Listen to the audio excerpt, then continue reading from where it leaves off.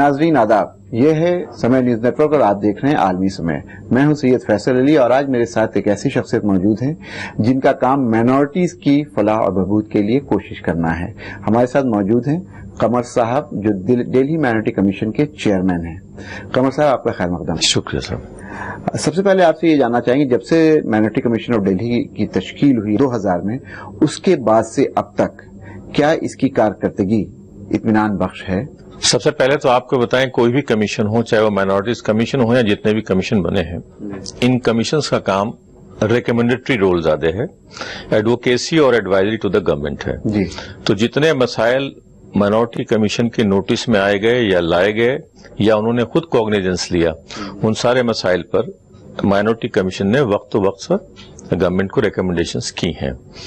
Past میں بھی یہاں جو لوگ جو میرے سے پہلے میرے پریڈیسیسر رہے ہیں، ان کے سامنے جو بھی مسائل آتے رہے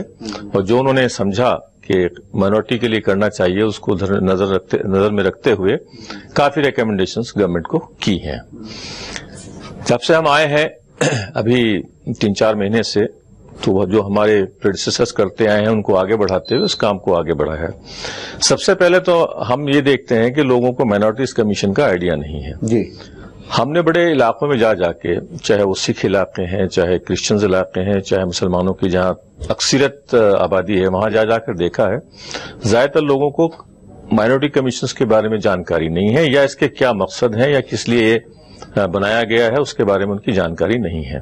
تو اس وقت جو ہمارے سامنے سب سے بڑا اہم مسئلہ ہے وہ مائنورٹی کمیشن کے ذریعے سے لوگوں میں بیداری لانا اور اویئرنیس لگانا۔ جی، اس کے لیے ہم نے کیمپ لگانے شروع کیے ہیں، اب تک 8-9 کیمپ ہم لوگ لگا چکے ہیں۔ یہ جو پیریڈ چل رہا ہے بڑا امپورٹنٹ اس لیے بھی ہے جی، کہ جو گورنمنٹ کی اسکیمز ہیں، چاہے وہ ڈیلی گورنمنٹ کی اسکیم ہے یا سینٹرل گورنمنٹ کی اسکیم ہے، اسکالرشپ یا ایجوکیشن کی ویلفیئر اسکیمز کو لے کر یہ جو مہینہ شروع ہوتے ہیں جون سے لے کے اور سپٹمبر اکتوبر تک، اس کے بیچ میں جتنی بھی اسکالرشپ کی اسکیم ہے ان کے لیے فارم بھرنا ہوتا ہے یا رینیول کے کیسز آتے ہیں۔ تو ہم نے ایک بیداری قسم پر کے لیول پر آ کر علاقوں میں جا کے لوگوں کو اس کے بارے میں بتایا کہ یہ اسکیمز چل رہی ہیں، ان کی کب آخری تاریخ ہے، کہاں بھرنا ہے فارم، کیسے بھرنا ہے، اس کے کون مستحق ہیں، ان کی کیا شرائط ہیں۔ اور پھر اس بات کو اور آگے بڑھانے کے لیے ہم لوگوں نے ایک بروشور تیار کیا مائنورٹیز کمیشن نے، جس کو ہم نے اچھی تعداد میں لوگوں تک بانٹا ہے۔ اس کا رزلٹ یہ رہا ہے کہ رسپانس ابھی تک اچھا ہے، لیکن اکتوبر میں جا کر پتہ لگے گا کہ ہمارے اس کا کیا نتیجہ رہا، کتنے اور لوگوں کو ہم اس ایمبٹ میں اس میں لا پائے، ان کو جوڑ پائے، اور ان کو کتنے لوگوں کو اس اسکیمز کا فائدہ بینیفٹ پہنچے گا۔ مائنورٹی اسکولز دہلی میں ایک ہمارا وہ رہا ہے، چونکہ جو گورنمنٹ یا گورنمنٹ ایڈڈ اسکولز ہیں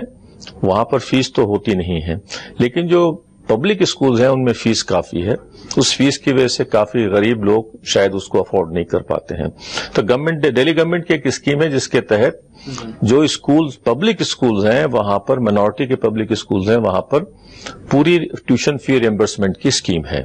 تو ہم نے اس کو نظر میں رکھتے ہوئے ابھی 27 تاریخ کو دلی سیکریٹریٹ آڈیٹوریم میں دلی کے جتنے مائنورٹی پبلک اسکولز تھے ان کے پرنسپلز کو، ان کے ہیڈ ماسٹرز کو بلایا، قریب 150 پرنسپلز لوگ وہاں آئے، اچھا رہا، اور ان سے بہت ساری باتوں پر اسکیمز کے علاوہ، چونکہ ان اسکیمز کو اویل کرانے کے لیے اسکول کا ایک اہم رول ہے، کیونکہ ساری انفارمیشن کلیکٹ کرنا، سارے ڈاکومنٹ کلیکٹ کرنا، پھر جو ہمارا ڈپارٹمنٹ ہے، department of SC ST OBC and minority welfare, وہاں تک پہنچانا، یہ کام اسکولوں کے لیے ہے۔ لیکن اسکولوں پہ چونکہ ایک نئی ایڈیشنل ذمہ داری عائد کی گئی، وہ تھوڑا اس سے بچتے ہیں۔ تو ہمارا مقصد ان کو موٹیویٹ کرنے کے لیے تھا، چونکہ آپ مائنورٹی اسکولز ہیں تو آپ کی ذمہ داری بنتی ہے کہ مائنورٹی کے ایسے طلبہ جو غریب ہیں، جو اس شرط کے تحت آتے ہیں، ہونہار ہیں، پڑھائی لکھائی میں ٹھیک ہیں، اٹینڈنس اسکولز میں اچھی ہے،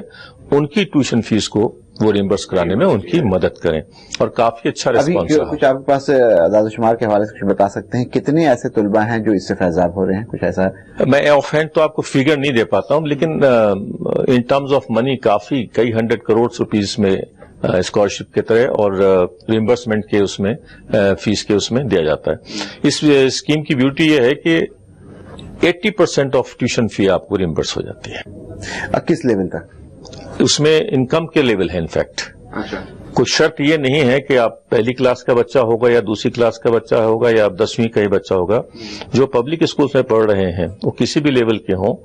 ان کو 80% تک فیس ہو جاتی ہے. اگر پیرنٹس کی انکم 70,000 سے کم ہے تو اتنے % ہوگا, 70,000 سے لے جا کے اوپر ہے تو ان کو اتنے ایلیجیبلٹی کرائیٹیریا ہے, اور لسٹڈ پرنٹڈ آؤٹ ہے اور پبلسائزڈ ہے. قمر صاحب, آپ جو بات کہہ رہے ہیں, ایک تاثر خاص کر کے ظاہر ہے مائنورٹی کمیشن کا یہ مطلب نہیں ہے کہ صرف مسلم مائنورٹی کی بات ہو, ساری مائنورٹیز کی بات ہے, لیکن ان مائنورٹیز میں جو میجورٹی میں ہے وہ مسلمان طبقہ ہے. یہ مانا جاتا ہے اور ایک تاثر ہے معاشرے میں کہ مائنورٹی کمیشن یا دوسرا جو اس طرح کا جو ادارہ ہے وہ صرف اور صرف اس لیے ہے کہ لوگ وہاں پہ جائیں, بیٹھیں اور اپنا ایک PR کا کام کر لیں, اور لوگوں کو آپ نے صحیح وضاحت کے ساتھ بتایا کہ ایڈوائزری رول ہے, لیکن لوگوں کو اس کی کارکردگی دکھتی نہیں ہے, اس سے کیا فائدہ ہے وہ دکھتا نہیں ہے, اور لوگ اس کے اوپر ہر طرح کے الزامات لگاتے ہیں. ظاہر سی بات آپ ابھی آئے ہیں, لیکن آپ سے پہلے جو لوگ رہے ہیں ان کے بارے میں بھی طرح طرح کی باتیں کی جاتی ہیں کہ انہوں نے کیا کیا. تو ایسا کوئی طریقہ کار ہے کہ آپ کے ایڈوائزری ہی رول, میں مانتا ہوں کہ ایڈوائزری رول ہے, لیکن ایڈوائزری رول بھی بہت بڑا ہے گورنمنٹ لے کر کے, کہ آپ کی کارکردگی لوگوں تک دکھے کہ ہاں آپ نے یہ کیا اور آپ کے ایڈوائز پہ یہ ہوا ہے. ایسا کچھ ہے؟ جی, میں آپ کو بتاؤں, ابھی بڑا مسئلہ چل رہا ہے آج کل, آپ بھی اخباروں میں پڑھ رہے ہوں گے, اردو ٹیچرز کا. جی, کہ دونوں اسکول جہاں پر اردو لینگویج پڑھائی جاتی ہے یا جو اردو میڈیم اسکولز ہیں وہاں پر اردو ٹیچرز کی بہت کمی ہے. یہ ایک بڑا ایشو ہے, بڑا جسے کہنا چاہیے کافی ٹاکڈ اباؤٹ ایشو ہے, کافی بات چیت اس بارے میں ہو رہی ہے. ہم نے پھر اس ایشو کو ایک اسٹڈی کے طور پہ لیا جس میں یہ جاننے کی کوشش کی کہ کتنے TGT کتنے PGT ٹیچرز کی سینکشن ہے دلی سرکار میں, کتنے اس میں ریگولر پوسٹڈ ہیں, کتنے ایسے ہیں جن کو ہر سال گیسٹ آرٹسٹ کی طرح لیا جاتا ہے, گیسٹ ٹیچرز کی طرح یا کانٹریکٹ پر لیا جاتا ہے, اور اپریل اینڈ میں ان کو فارغ کر دیا جاتا ہے, اور پھر ان کا اگلا تقرر جا کے جولائی یا اگست کے اینڈ میں ہوتا ہے. تو یہ ساری ایک اسٹڈی کر کے ہم نے گورنمنٹ کو بتایا, جس میں 3 مدے, ابھی ہم نے ایک اسپیشل رپورٹ سبمٹ کی ہے, چونکہ الیکٹڈ گورنمنٹ پاور میں نہیں ہے تو ہم نے آنریبل LG کو یہ ریکمنڈیشنز یہاں سے بھیجی ہیں, جس کی مین ریکمنڈیشن یہ ہے کہ یہ جو ہم ریسارٹ کرتے ہیں کانٹریکٹ ٹیچرز کو, اس کی جگہ ہم ریگولر اپوائنٹمنٹ کی بات کریں, چونکہ آپ دیکھ بھی رہے ہیں قباحت کہاں پہ, یہ کانٹریکٹ کا چکر ہی بھی نہیں. ہاں, میں وہی بتا رہا ہوں, کیونکہ سارے سلیکشن ہوتے ہیں DSSSB کے تھرو, جو یہاں کا سبارڈینیٹ سروس سلیکشن بورڈ ہے اس کے تھرو ہوتے ہیں. اس کے ذریعے اپوائنٹمنٹ تو ہوتے رہے ہیں, لیکن جتنی ویکینسی کریٹ ہوتی رہی اتنی ویکینسی بھری نہیں گئی, جس سے کہ ایک بیک لاگ بن گیا. اس میں رول آیا دہلی اردو اکیڈمی کا بھی, اردو اکیڈمی کو بھی ایڈوائزری رول میں رکھا گیا, اور ان کے تقرری میں لوگ یہ مانتے ہیں کہ ان لوگوں کے کام نہیں کرنے کی وجہ سے بھی ٹیچرز کا اپوائنٹمنٹ نہیں ہوا. جہاں تک اپوائنٹمنٹ ریگولر اپوائنٹمنٹ کا رول ہے, اس میں اردو اکیڈمی کا کوئی رول نہیں ہے. جس ڈپارٹمنٹ میں ویکینسی ہوگی وہ ویکینسی بنا کر DSSSB کو انڈینٹ کریں گے, ان کے پاس پلیس کریں گے, اور ریکروٹمنٹ رولز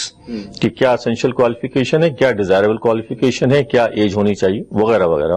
اور پھر وہ اس کی بیس پر ایڈورٹائزمنٹ لگا کر اپنا سلیکشن پروسیس لگیں گے. چونکہ اردو ٹیچر نہیں مل رہے تھے, اس لیے ایک وقت پر گورنمنٹ نے اردو اکیڈمی سے کہا تھا کہ آپ ٹیچر مہیا کرائیے, تو جس میں وہ ناکام رہے. ناکام تو نہیں کہوں گا, انہوں نے کافی حد تک مہیا بھی کرائے, اب وہ پورے نہیں کرا پا رہے ہیں, ان کی بھی کوئی مجبوری ہو سکتی ہے, لیکن ایک وقت پہ جتنے کانٹریکٹ ٹیچرز تھے وہ شاید اردو اکیڈمی کے ہی تھرو آئے تھے, ان کے تھرو ہی آئے تھے. اب یہ مسئلہ گورنمنٹ میں,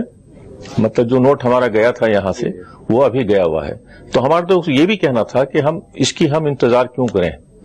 ایک ایمرجنسی لیول پر کوئی ایک ایسا مہم چلایا جائے کہ جتنی ویکینسیز پیدا ہوتی ہیں ان کو ہم ریگولر اپوائنٹمنٹ بھرتی کریں. دوسرا, اردو پڑھنے والوں کی تعداد بڑھتی جا رہی ہے. یہ ایک بہت اہم بات آپ کہہ رہے ہیں کہ اردو پڑھنے والوں کی تعداد بڑھتی جا رہی ہے, لیکن یہاں وقت ہو گیا ایک بریک کا. بریک کے بعد واپس آئیں گے تو قمر صاحب سے بات چیت جاری رہے گی.